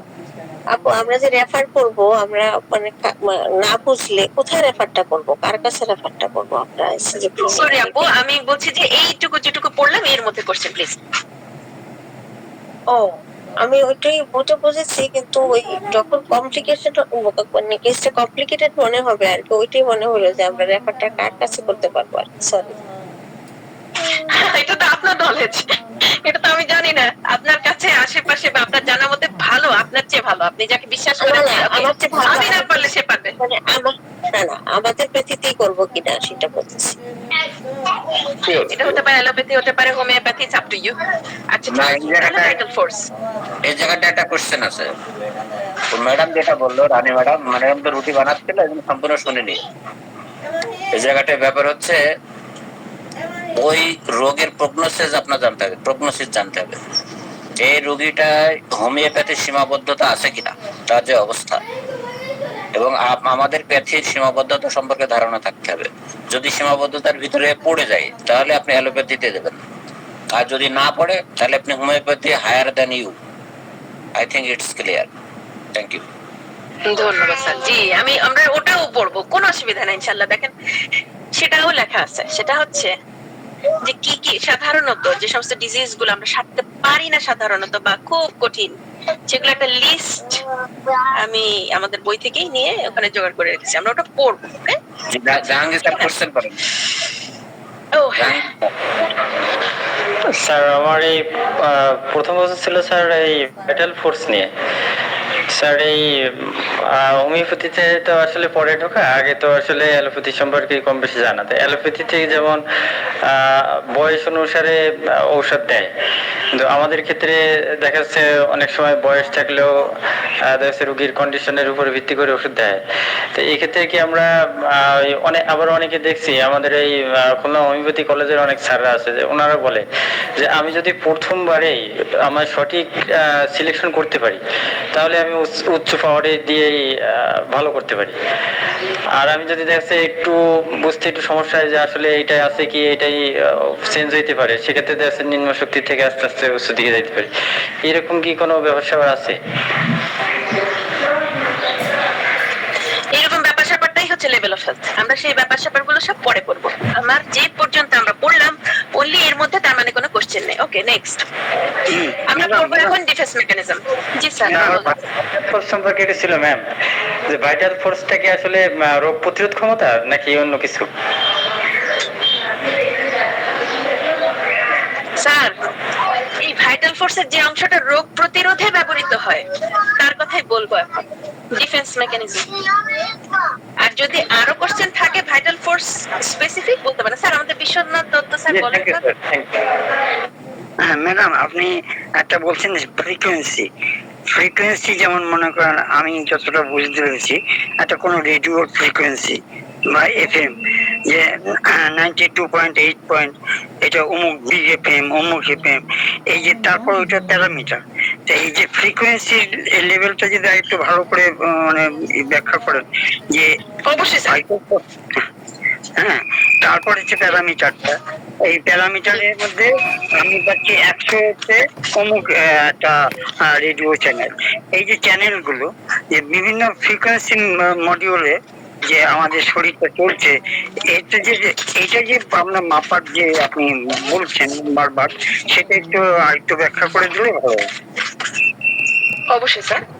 In that case homework tomorrow, সেটা হচ্ছে সায়েন্স অফ হোমিওপ্যাথি পেজ 75 থেকে 86। এটা সবাই জাস্ট কাইন্ডলি রিড করে আসবেন, তাহলে ইনশাআল্লাহ আমি বলতে পারবো। কারণ বিষয়টা হলো স্যার, আসলে সবাই এখানে সায়েন্স ব্যাকগ্রাউন্ড না বলেই আমি ওই কথাটা বলিনি। আর ফ্রিকোয়েন্সির উদাহরণ দিতে গিয়ে আপনি কিন্তু স্যার কারেক্ট একটা উদাহরণ সবাইকে মনে করিয়ে দিলেন। সেটা হচ্ছে যেমন পাথরের ফ্রিকোয়েন্সি নাই মাপতে পারেন, রেডিওর ফ্রিকোয়েন্সি তো সবাই চিনে, সবাই জানে। ফ্রিকোয়েন্সি জিনিসটা কি? এটা হচ্ছে একটা নির্দিষ্ট সময়ে একটা নির্দিষ্ট দূরত্ব যাওয়া। সেটা কোন ক্ষেত্রে? ওয়েভলেংথ দিয়ে মাপা হয়, যে কতটুকু ওয়েভলেংথ। এখন বিভিন্ন ওয়েভ থাকে, মানে এনার্জিটা আসলে ওয়েভ হিসেবে মানে একটা স্থান থেকে একটা স্থানে যায়, যার কারণে তার মাধ্যমের প্রয়োজন হয় না। যেমন ওয়েভ, আপনি যদি ওয়েভ কি, ঢেউ কি, আপনি পুকুরের পানিতে ঢিল ছোড়েন, ঢিল ছুড়লে দেখবেন ঢিলটা যদি বড় হয় বড় বড় ঢেউ হবে, ঢিলটা যদি ছোট হয় ছোট ছোট ঢেউ হবে। ঢেউগুলো দেখেন তো, দেখবেন খুব অদ্ভুত ভাবে প্রথমে ঢেউটা যদি ছড়িয়ে পড়বে, জি, এবং আপনি যদি সেই ঢেউয়ের উপর একটা ছোট্ট কাগজের নৌকা রাখেন, দেখবেন যে কাগজের নৌকা এক জায়গাতেই থাকবে, কিন্তু ঢেউটা পৌঁছে যাবে সেই কিনার পর্যন্ত। তাহলে এটাকে যদি ধরি, তাহলে তো আসলে এটা যদি ধরতে হয় বা এটা দেখাতে হয়, এটা আসলে পিকচার ছাড়া সম্ভব না। ওইটা ফ্রিকোয়েন্সি প্যারামিটারটা কিভাবে বুঝবো সেটা? আসলে এটা হচ্ছে মোর অ্যানালাইটিক্যাল সাইড অফ, এবং এটা মোর লাইক ফিজিক্স। আমি এটা নিয়ে এই জন্য যাবো না যে এই মাপামাপি আমার কিন্তু প্রয়োজন পড়বে না।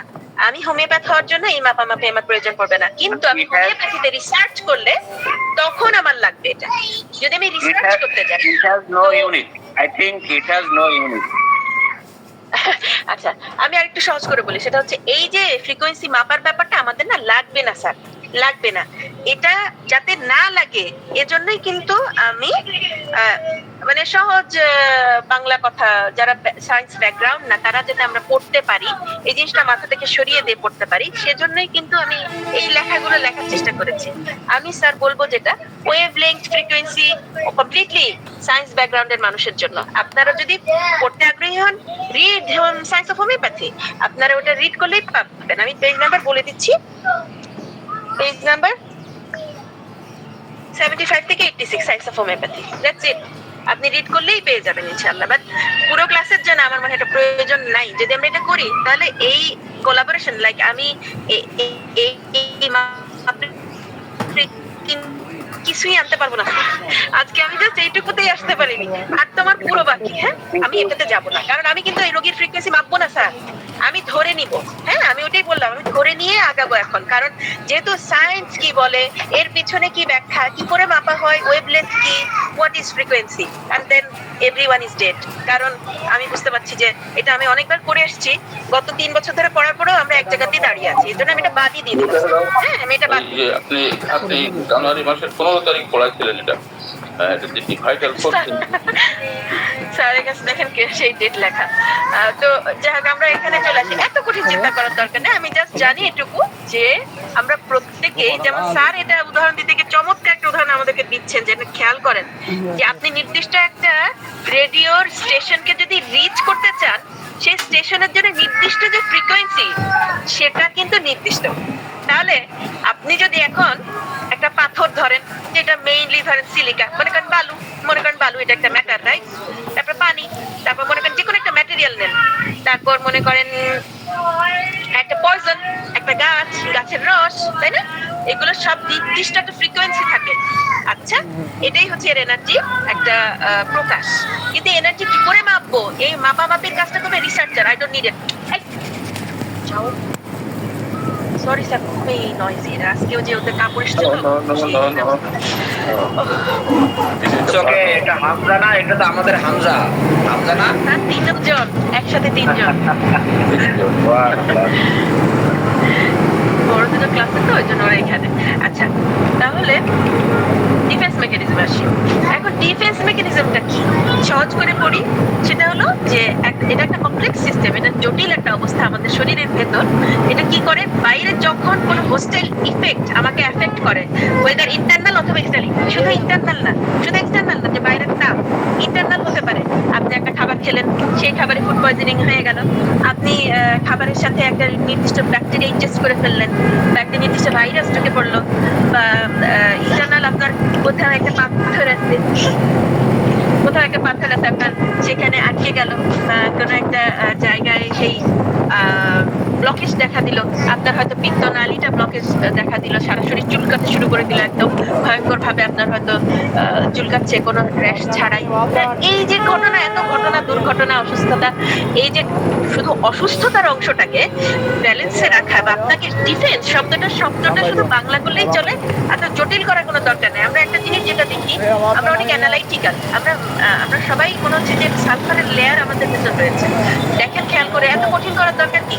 যার সামনে দেখছেন জাস্ট ফেস ভ্যালুতে নিয়ে দেন, ইজি। হ্যাঁ, সেটা হলো বাইরে হোক ভিতরে হোক, শত্রু ভাবাপন্ন যে কোনো কিছু শরীরে ঘটলে, শরীরকে ডিফেন্স করার জন্য, শরীরকে আপনার প্রতিরক্ষার জন্য যে অংশটা, ভাইটাল ফোর্সের যে অংশটা অ্যাক্টিভ থাকে, এটাকে ডিফেন্স মেকানিজম বলে।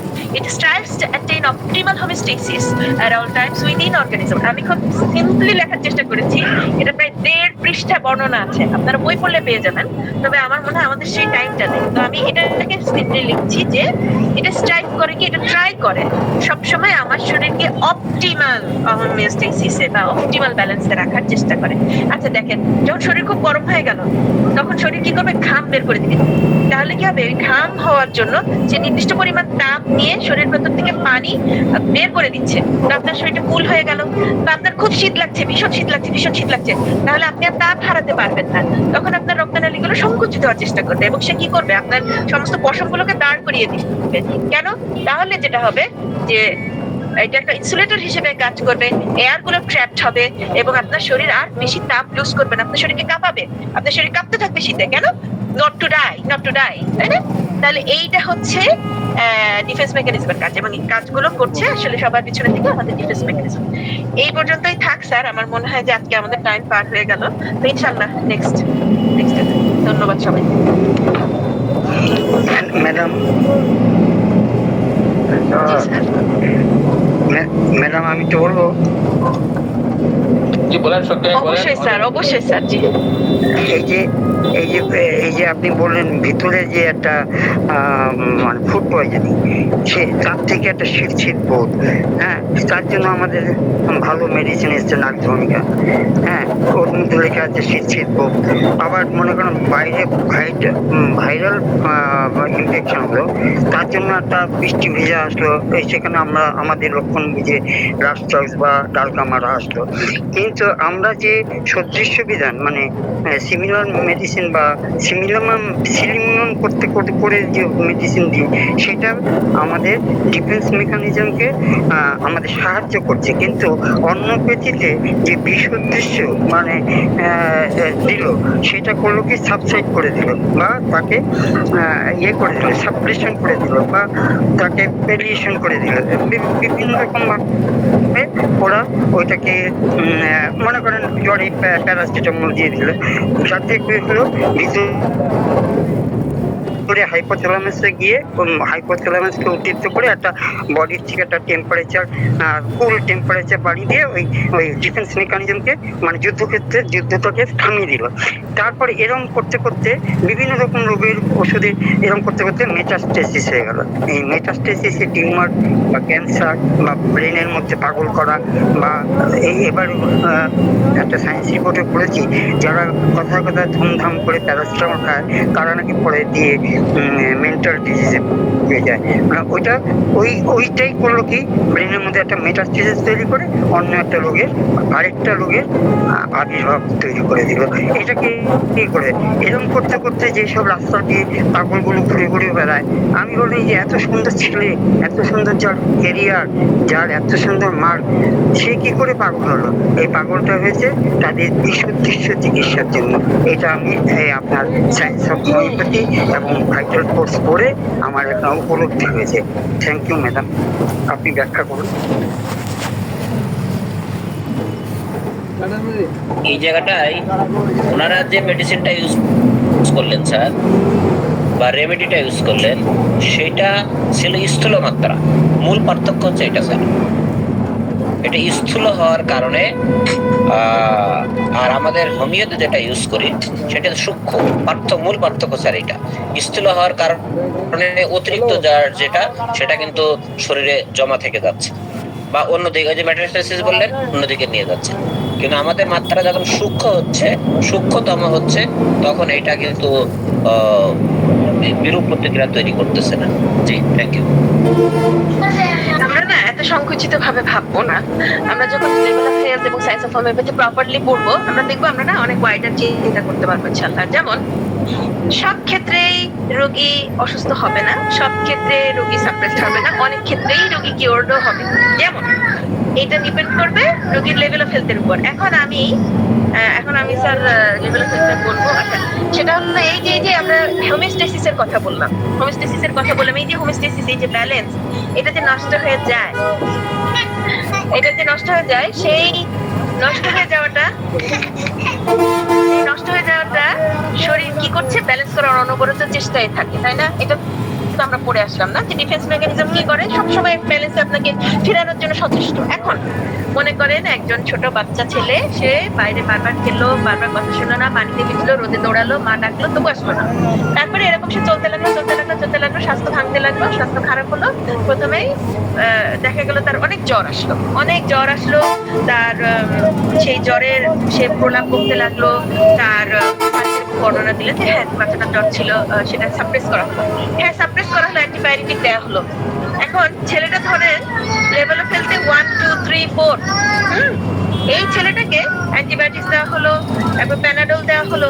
প্রথম দিকে যেটা হবে সাপ্রেশনের ফলে ডিফেন্স মেকানিজম যে ওষুধটা চাচ্ছিল, হয়তো সে তার দরকার ছিল প্রায়োনিয়া, হয়তো তার দরকার ছিল বেলাডোনা, হয়তো তার দরকার ছিল অ্যাকোনাইট, কিন্তু যেহেতু আমরা শক্তি নিয়ে কথা বলছি তাই শক্তিকৃত ওষুধের দরকার ছিল। ঠিক আছে, আমি বাদ দিলাম, কিন্তু তার ফিজিক্যাল বডিকে আপনি ভালো করে দিলেন। সেটা হলো কি, অ্যান্টিবায়োটিক দিলাম, তার টেস্ট করে দেখলাম যে এই ধরনের সবগুলো ধরেন স্ট্রেপ্টোককাস একটা ইনফ্লামেশন এটা, তো আমি তাকে এই ধরনের অ্যান্টিব্যাকটেরিয়াল মেডিসিন দিলাম যেটা এই স্ট্রেপ্টোককাস গুলোকে মারবে। যদি আমি অ্যালোপ্যাথি চিকিৎসা করি তার টেম্পারেচার কমিয়ে দিলাম যাতে বাচ্চাটা খেতে পারে বা কাম হয়, শান্ত হয়, ঘুমায়। প্রথম দিকে বাচ্চাটা কিটমেটে হয়ে যাবে, কারণ কি শরীরে যে ইমব্যালেন্স সেটাকে সাপ্রেস করা হলো, তাকে ওষুধ দেওয়া হলো, কিন্তু ভালো রুটিন, ভালো খাবার, ভালো যত্নের ফলে এই বাচ্চাটা হয়তো 6 মাস বা 7 মাসের ভেতরেই সে তার ব্যালেন্সে ফেরত আসলো। এটা পসিবল। আপনি তার শুধুই ফিজিক্যাল বডি ট্রিটমেন্টের মাধ্যমেও তাকে সারাতে পারেন। কিন্তু এই একই কাজ আপনি যদি লেভেল 6 করেন তাহলে আর এরকম হবে না। বা এই একই কাজ এই লেভেল 4 এর বাচ্চাটাকে আপনি করলেন, যখন এরকম হলো প্রথমে বছরে তার 2 বছরে একবার হতো জ্বর, এরপরে বাৎসরিক জ্বর দেখা দিল, তারপরে প্রতি বছর 4 বার, তারপরে প্রতি বছর 6 বার, এইবারে প্রতি মাসে। তাহলে দেখেন কি হলো, আসলে ওই প্রতিবার সাপ্রেস করতে করতে লেভেল 4 এ যখন ছিল সেখান থেকে নামিয়ে লেভেল 5 এ আসলো, তো বছরে 4 বার 5 বার। আচ্ছা, তারপর লেভেল 6 এ আসলো, তখন কি প্রতি মাসে, যেটা আগে 2 মাসে হতো অ্যান্টিবায়োটিক্স লাগতো, এখন বলে আরে আগে তো তাও 2 মাস পর পর অ্যান্টিবায়োটিক্স লাগতো, এখন প্রতি মাসে অ্যান্টিবায়োটিক্স লাগে। এই যে ঘটনা, এটা তো আমরা প্রতিনিয়ত দেখছি স্যার। লেভেল অফ হেলথ আমরা সব জানি, আমরা জানি না, আমরা কেউ নাই যেটা আমাদের কাছে অপরিচিত, আসলে পরিচিত, শুধু নামটা দিই, এই হলো কথা। তো আমি যেটুকু বুঝি এটা খুব ইজি। আমি যে চেষ্টা করেছি স্যার, আমি নট শিওর কতটুকু কাজ করবে। আমি একটা দেখাবো একটা প্রেজেন্টেশনে, যে আমরা শুধু কয়েকটা বেসিক কোশ্চেন মনে রাখবো যে তোমার কত ডিগ্রি জ্বর হয়, আর সেই জ্বরের ফ্রিকোয়েন্সি, বা তোমার সিস্টাইটিস হয়, মানে এই যেমন বলে যে হ্যাঁ আগে তো বারবারই পেশাবে খালি ইনফেকশন হতো, এখন তো কোনো জ্বরও হয় না, ইনফেকশন হয় না, বাচ্চা আমার ভালো, যে 1 বছরের জ্বরেই পড়েনি। তবে এখনকার সমস্যা হলো যেটা, এটা কেমন যেন পড়ে থাকে, নাকে মুখে দিয়ে পানি পড়ে, একটু সর্দি। আর এখন একটা জিনিস ভালো, আগের চেয়ে অনেক ভালো আছে বাচ্চা, বারবার অ্যান্টিবায়োটিক দেওয়াতে এখন যেটা হয় ওর আর জ্বর হয় না। ওর যেটা হয় সেটা হলো হালকা একটু সর্দি কাশি যাও লাগে, চিকিৎসা লাগে না, 3-4 দিন থাকে বা 1 সপ্তাহ ভোগে, এমনি ভালো হয়ে যায়। আপনি তখন বলবেন সর্বনাশ, লাল পতাকা উঠছে, এটা তো লেভেল 7 এ চলে গেছে। হ্যাঁ, এর তো অর্গানিক ড্যামেজ দেখা দিবে কিছুদিন পর। এই যে ব্যাপারটা দেখতে পাচ্ছেন স্যার কিভাবে হচ্ছে আমাদের চোখের সামনে, যে আস্তে আস্তে আস্তে লেভেল অফ হেলথ নিচের দিকে চলে যাচ্ছে। তবে ফিজিক্যাল বডি শুধুমাত্র ট্রিটমেন্ট করার পরেও লেভেল 1 2 3 বা 4 ও প্রথম দিকে কিন্তু ওই ডিফেন্স মেকানিজম তাকে ব্যালেন্সে ফেরত নিয়ে আসতে পারবে, যদি proper food, proper like good lifestyle, সুন্দর পরিবেশে সে থাকে, যত্ন আদরে থাকে, ভালো খাওয়া দাওয়া সব মিলে এটা সম্ভব যে অ্যালোপ্যাথিক ট্রিটমেন্টেও সে ভালোই থাকবে। তার অনেক সহজেই যে ড্যামেজ হয়ে যাবে তা না, যখন এটা ফ্রিকোয়েন্টলি করা হয় এবং অন্যান্য কোনো কিছুকে কনসিডার করা হয় না। মনে করেন আপনি খুব প্রেসারে আছেন, আপনার পরিবারের সমস্ত ব্যয় ভার আপনার উপর, আপনার বোনটাও বাড়িতে থাকে, তার স্বামীও তাকে রেখে গেল, তারপর আপনার মা বাবা অসুস্থ, তাদেরও সবকিছু দেখা লাগে, নিজের সন্তান স্কুলে যায় তারও ব্যয়টা দেখা লাগে, স্ত্রী আছে সেও একটু আশপাশের ভাবিদের দেখা দেখি কিছু কেনাকাটা করতে যায়। মোটামুটি আপনি কাউকে কিছু বলতে সক্ষম না, কিন্তু এই ট্রিমেন্ডাস ভার নিয়ে ছোট্ট একটা চাকরিতে আপনি চেষ্টা করেন যে চাকরি করেন, তারপরে কয়টা টিউশনি করেও সংসার চালাচ্ছেন। এই যে ট্রিমেন্ডাস একটা তার প্রেশার, তার এই ফিজিক্যাল লেভেলের এইগুলো মিট আপ করতেই তো সে সবসময় একটা দৌড়ের উপর থাকে। এই মানুষটা প্রথম দিকে সর্দি হলো, সে নাপা খেয়ে নিল যে আরে সর্দি মাথা ব্যথা ব্যাপার না, তারপরে হালকা জ্বর হলো, আমি তো কাজ বাদ দিতে পারবো না, আমার তো উপস্থিত হতেই হবে, টাকা যদি না নি কি করে চলবে, সে আবার গেল, সে তারপরে আবার নাপি, আবারও নাপা খেলো, এই করতে করতে করতে করতে এমন ভাবে কাশি সর্দি দেখা দিল, বুকে একেবারে মনে হচ্ছে যে ব্রঙ্কিয়াইটিস হয়ে গেল তার, বা সে খুব ইনফ্লেমড হয়ে গেল। তাকে ডাক্তার বললো যে আপনার অ্যান্টিবায়োটিক্স ছাড়া চলবে না, অ্যান্টিবায়োটিক্সও সে নিল, তাও সে কাজ করা থামালো না, সে কোনো রেস্ট নিল না, তার চলতেই আছে। এরকম করতে করতে এই মানুষটা যখন প্রথমে শুরু করছিল তখন হয়তো লেভেল 5 এ ছিল, কিন্তু প্রতিনিয়ত নিজেকে ঠেলতে ঠেলতে সে লেভেল 5 থেকে 6 এ আসলো। তখন ফ্রিকোয়েন্ট তার হাই টেম্পারেচার এবং ফ্রিকোয়েন্ট ইনফ্লামেশন দেখা দিল। এই 2 মাসেই অসুস্থ, প্রতি মাসেই অসুস্থ। তারপরে এটাকে চাপাতে চাপাতে চাপাতে কি হলো, লেভেল 7 এ গিয়ে লো একটা টেম্পারেচার সারাক্ষণ থাকে, তেমন আর হাই টেম্পারেচার হয় না, শক্তি কমে গেছে, ঘুম হয় না, এই ধরনের কিছু সিমটম। তারপরে লেভেল 8 এ চলে গেল, সে আর কি এসব কিচ্ছু আর নাই, কোনো জ্বরই নাই। সে বলছে আরে আজকে 4-5 বছর জ্বর কি জিনিস আমি জানি না, তো ভালোই আছে, একটু দুর্বলতা আছে, আর ওই যে মনে কোনো শান্তি নাই, আর কি করবো, শান্তি কোথা থেকে থাকবে, সংসারের এত চাপ, আর ভালো লাগে না। অথচ তার বয়স হয়তো 35, তখন সে উচ্ছল থাকবে, পৃথিবীর মানে সমস্ত কিছু এনজয় করে বেড়াবে, হ্যাপি থাকবে সবকিছু নিয়ে। কিন্তু তার জয়, আপনি দেখছেন তার জয় নাই, সে ইমোশনালি ভেরি কি ডিস্টার্ব, তার ডিফেন্স মেকানিজম আর পারে নাই তাকে মানে ওই সেই ব্যালেন্স যখন একবার খুব বেশি সরে যায় তখন কিন্তু হোমিওপ্যাথি রেমেডিটা লাগবে। তাহলে আমরা মন ছোট করবো না যে আসলে হোমিওপ্যাথি ছাড়া লোকে বাঁচবে না, তা না, আসলে পসিবল। হোমিওপ্যাথি ছাড়াও মানুষকে কিওর করা possible, depending on the level of health. আরেকটা যেটা অনেকে বলেন যে কেন যদি হোমিওপ্যাথি ছাড়া কাজ না করে, তাহলে এই যে অনেক মানুষেরই সাপ্লিমেন্ট দিয়ে ভালো থাকে। কেমন করে ভালো থাকে অনেকে কোশ্চেন, লাইক তার তো ভিটামিন ডি দিয়ে এই জয়েন্টের পেইন এগুলো ভালো হয়ে গেছে, তার আগে কাজের তেমন স্পিকার ছিল না, কাজে যেতে চাইতো না, এই মাল্টিভিটামিনটা খাওয়ার পর এখন পারে বা চলছে। হ্যাঁ, এটা কিভাবে পসিবল? যেমন ফুড কি, খাবারটা কি, খাবারের মাধ্যমে যেটা পসিবল, মানে আপনার ফিজিক্যাল স্টেজকে অ্যামিলিয়েট করা পসিবল। কিন্তু যে স্টেবিলাসটা আপনি মানে দীর্ঘদিন ধরে ইমোশনাল লেভেলে, যে স্টেবিলাসটা দীর্ঘদিন আপনাকে ক্ষয় করে চলেছে মেন্টাল লেভেলে, প্রচন্ড চাপ, হ্যাঁ, এই জিনিসটাকে আপনি শুধু ফিজিক্যাল লেভেলে ট্রিটমেন্ট দিয়ে সক্ষম হবেন না ব্যালেন্সে আনতে, তখন আপনার লাগবে হোমিওপ্যাথি। জি ধন্যবাদ স্যার, বলেন। কিওর হবে কি, আপনি বলেন কিওরের কথা, সূক্ষ্ম মাত্রা বা এইটা আমাদের কিওর হবে কি না, এটা উপশম হবে? স্যার হবে, এটার ব্যাখ্যা বলি। দেখেন, সবাই কিন্তু হোমিওপ্যাথি জানে না, তাই তো? অনেক সময় দেখবেন একজন, এটার উদাহরণ আপনারা এই বইগুলো দিয়ে পাবেন, যেমন এটা তো অহরহ দেখবেন স্যার, বড় একজন বিজনেসম্যান, হয়তো সিইও, কয়েকটা কোম্পানির মালিক, এবং দেখা গেল যে সে সকাল থেকে সন্ধ্যা ভীষণ ব্যস্ত থাকে, সে তার খুব পরিশ্রমী, সে হ্যাঁ দীর্ঘদিন এভাবে চললো, সে বহুত নাম করে একটা লোক, হঠাৎ করে তার ডায়াগনোসিস হলো কি, ও আপনার তো স্টেজ একেবারে 3rd ক্যান্সার, আপনি তো খুব বেশি হলে 6 মাস বাঁচবেন। তো সে হিসাব করে নিল যে যা 6 মাসে যদি বাঁচি, এই দুনিয়ায় আর আমার পাওয়ার কি বাকি আছে, সবই তো পেয়ে গেলাম, এই 6টা মাস আমি প্রকৃতির কোলে থাকতে চাই, আমি এখান থেকে সরে যাবো, এই ব্যস্ত জীবন আমি বাদ দিব, আমি আমার খাওয়া দাওয়া বদলাবো, আমি একটু নিজেকে যত্ন করবো, শেষ জীবনের দিনগুলো পৃথিবীতে আমি একটু এনজয় করতে চাই। সে চলে গেল।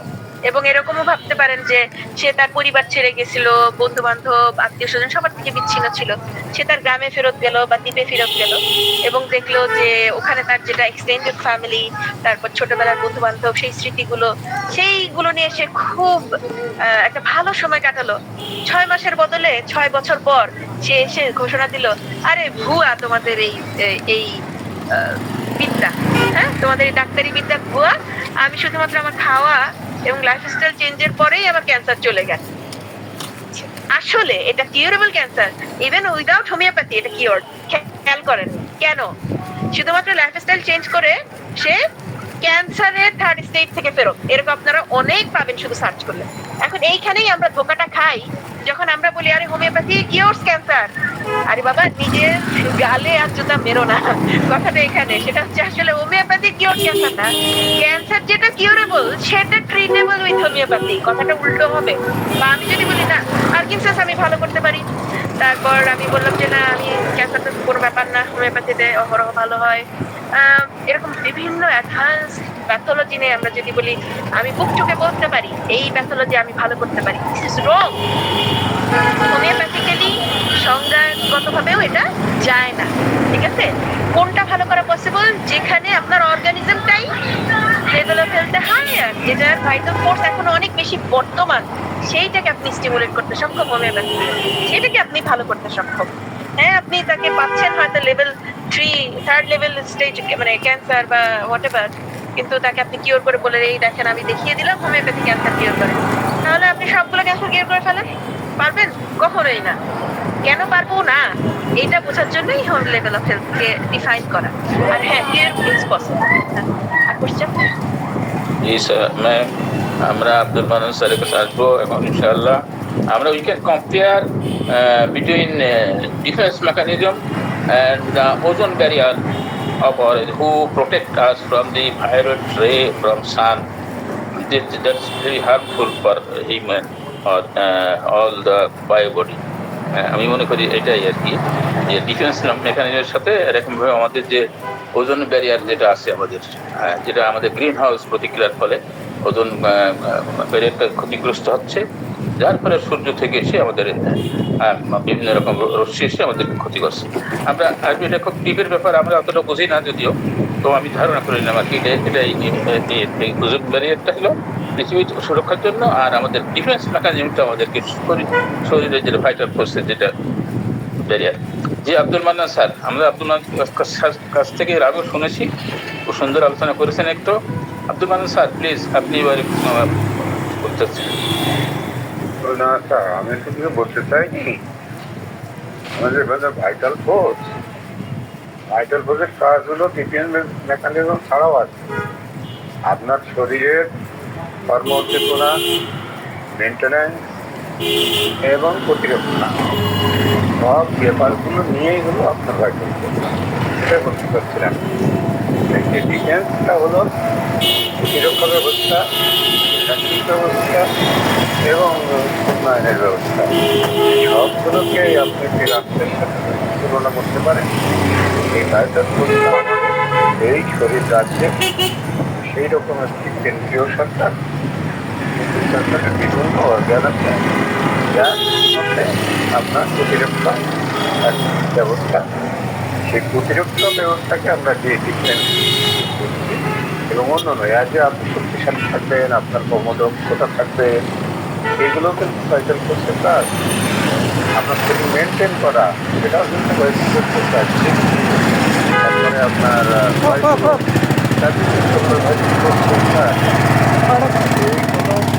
আমাদের ভাইটাল ফোর্স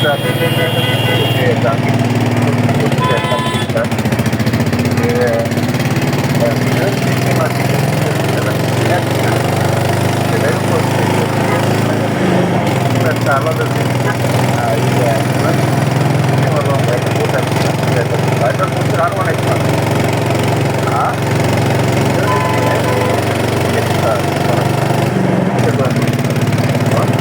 অনেক দেখা আসবে আপনার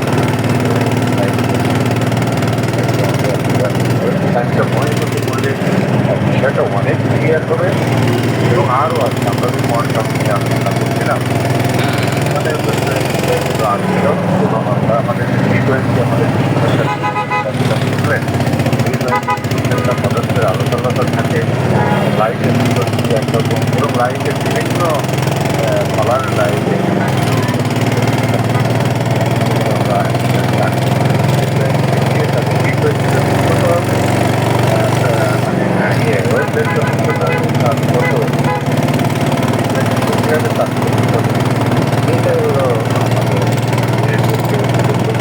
আমরা জানি প্রোটেক্টাইজেশন করার জন্য আমরা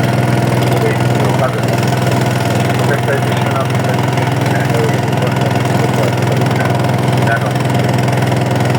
আমরা আলোচনা করি। এখানে দেখছেন আপনি প্রোটেক্টাইজেশন কি হলো, কীভাবে রাখছি এখানে আমরা ওই যে হসপিটালে আমরা ইলেকট্রন কোটনগুলো থাকে কোন স্তর থেকে কোন স্তরে থেকে আমরা ছাত্র সংগ্রহ করি, তখন একটা তার একটা ইলেকট্রন এইগুলো তো অনেক কিছু আলোচনা করার বিষয়।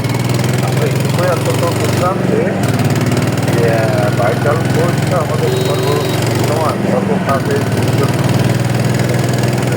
ভাইটাল ফোর্স করা তারাভাবে সম্ভব। এবং আমরা যেটাই করি না কেন, আমরা উন্নত করি আর যাই করি না, আমাদের আইদার আমরা ভাইটাল ফোর্সকে সহায়তা করার জন্য করি, অথবা ভাইটাল ফোর্সকে দুর্বল করার জন্য।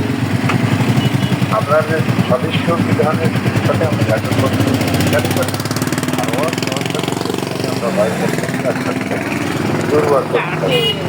ম্যাডাম বললেন কোনো কোনো ক্ষেত্রে এটা কিন্তু ইয়ে হয়, আপনার লেভেল অফ হেলথ যখন উচ্চ পর্যায়ে থাকে, লেভেল 1 2 3 4 এই দিকে, তখন কিন্তু ওই যে বিষয় সেটাও কিন্তু আমাদেরকে অনেক ইলিমিনেশন যে করে। কিন্তু আপনার লেভেল যখন থেকে থাকে তখন সে কিন্তু খাইতে পারে না। এই লেভেল যত নিচের দিকে আপনি মনে করবেন তার ভাইটাল লেভেলটাও এরকম। এটাই আর কি। ধন্যবাদ। আসলে করতে হবে যে ছাত্র থেকে জি জি স্যার। তো আমরা যদি না পড়ি, আমার খুবই মনে হয় এখন হোমিওপ্যাথিতে আসার পরে যে আমাদের দেশের হোমিওপ্যাথিকে আসলে খুবই ক্ষতি করা হয়েছে। কারণ হোমিওপ্যাথি পড়ার জন্য যে যোগ্যতা অভিজ্ঞতা দরকার, আমরা তাদের সাথে তৎপর দিতে চাই। এলোপ্যাথি ডাক্তারদের সাথে তো তাদের লেভেল অফ নলেজ, তাদের শিক্ষাগত যোগ্যতা, এইগুলোর সাথে আমাদের কলেজগুলোতে খুবই বিশেষ করে এই ভর্তি হওয়ার বা লেখাপড়া করে বা যে কোনটাই লেখাপড়া করে এটা কোনোভাবেই যায় না। এটাকে সত্যি করা দরকার। সর্বত্রই বাংলাদেশের দরকার বলে আমি মনে করি। কারণ এইভাবে একটা পেশাকে জলাঞ্জলি দেওয়া যথেষ্ট আমাদের জি স্যার, আপনি একদম জি স্যার, অনেক ধন্যবাদ স্যার। ধন্যবাদ। জি বুঝলাম। আজকে আলহামদুলিল্লাহ খুব গভীর বিষয়ের আলোচনাগুলো আমরা যে হোমিওপ্যাথি চিকিৎসা করছি, বিভিন্ন মেডিসিনে করছি, ঠিক আছে, সমস্যা নেই।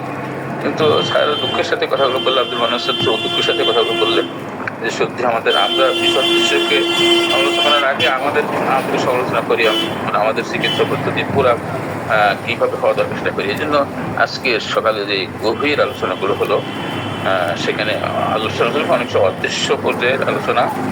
তো আলহামদুলিল্লাহ আমরা এর থেকে ওই যে আজকে প্রথমে আমার সাহেব যে তেলাওয়াতটা করছিলেন, والذين يذكرون الله قياما وقعودا وعلى جنوبهم ويتفكرون في خلق السماوات والأرض, এবং যারা আল্লাহ তাআলার সৃষ্টি নিয়ে গবেষণা করে কিভাবে তৈরি করেছেন, এইগুলো হলো আমাদের বোঝার বিষয় আছে। আল্লাহ তাআলা আমাদের সবাইকে যার যার জায়গা থেকে বোঝার তৌফিক দান করেন। আজকের আলোচনায় অংশগ্রহণ করে, তামান্না শাহিন ম্যামের আলোচনায় অংশগ্রহণ করে আমাদের তালাত মাহমুদ জর্দার স্যার অনেক বিষয়ে ক্লিয়ার করেছেন, প্রশ্ন নিজে করে নিজেকে আবার উত্তর দিয়ে ম্যাডামের কাছে সাপোর্ট নিয়ে, এবং ডক্টর বিশ্বনাথ দত্তবাবু তিনি খুব ভালো করেছেন। আরও যারা প্রশ্ন করেছেন এবং তারা আপনাদের সদুত্তর পেয়েছেন, এই জন্য আজকে সকালের ক্লাসে আপনাদের সবাইকে আবারও ধন্যবাদ জানিয়ে আমরা আজকে সেশন এখানে শেষ করছি। আমরা পরবর্তী সেশন আমরা ম্যাডামের কাছে শুনবো আবার বুধ, বৃহস্পতি, শুক্র, এই 3 দিন। আলহামদুলিল্লাহ, ততক্ষণ আমাদের আল্লাহ তাআলা সুস্থ রাখুন, ভালো রাখুন। আসসালামু আলাইকুম ওয়া রাহমাতুল্লাহ। আসসালামু আলাইকুম। জি মাহমুদ স্যার। জি স্যার, আমি একটা বিষয়ে কথা বলতেছিলাম। সেটা হলো অসহায় দক্ষ অনেক দক্ষ।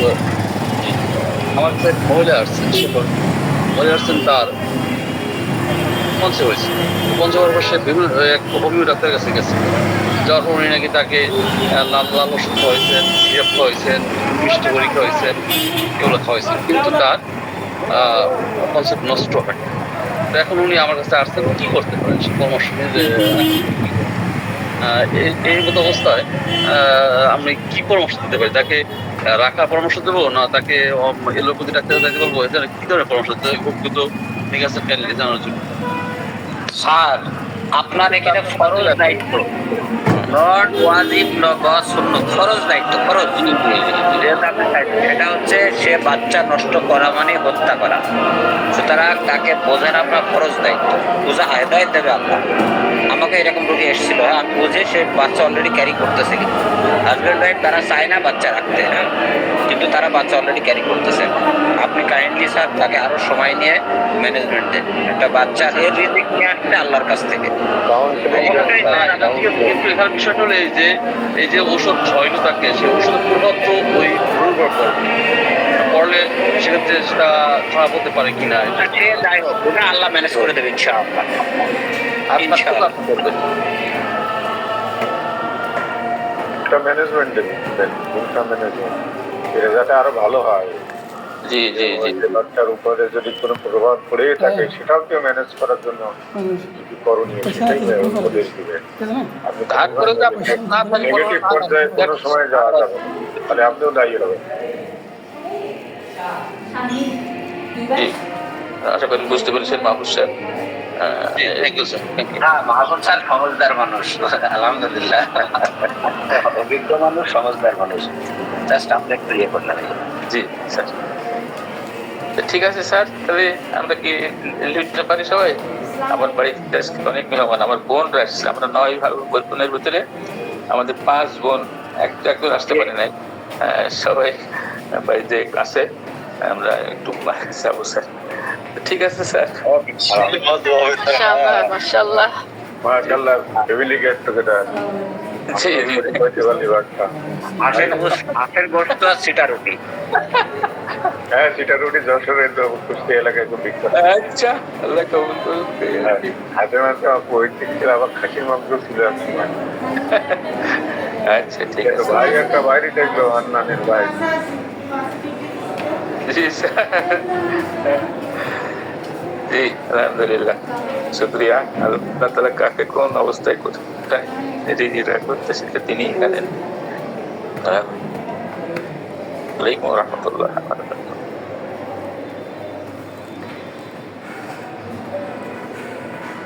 ওয়ালাইকুম আসসালাম ওয়া রাহমাতুল্লাহ।